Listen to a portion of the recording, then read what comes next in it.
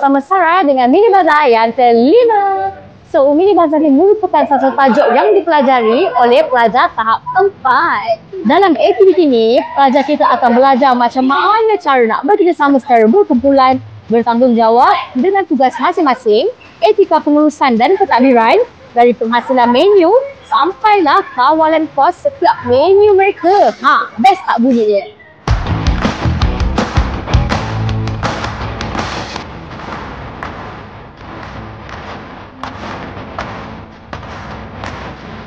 Saya sekarang bersama dengan pelajar yang mengadakan Mini Bazar ini ataupun person in charge for today. So, boleh kenalkan nama. And boleh tak saya nak tanya awak soalan daripada Mini Bazar ni, apa yang membantu untuk proses pembelajaran awak?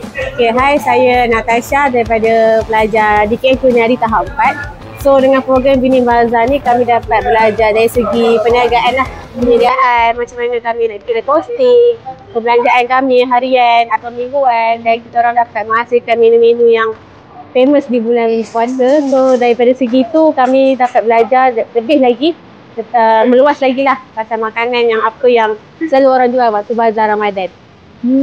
Interesting. So, banyak sangat pendedahan yang awak belajar, betul tak?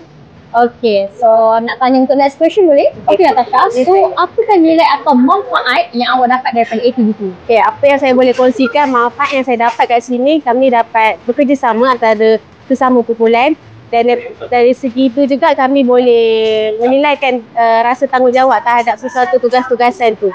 Okay, alright. Thank you so much, Natasha. Sama.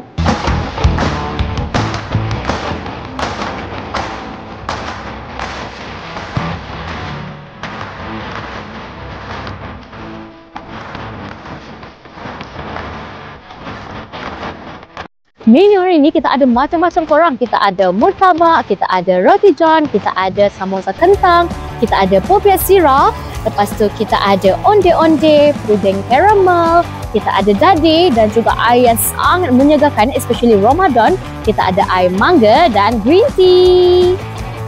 Siapa yang dah habis tahap 3 daripada kolej swasta ke, kolej kerajaan ke, kita sangat mengalurkan keadaan korang untuk sambung tahap 4 dekat sini. Saya tunggu apa lagi? Kalau berminat, jom start IPT Skills.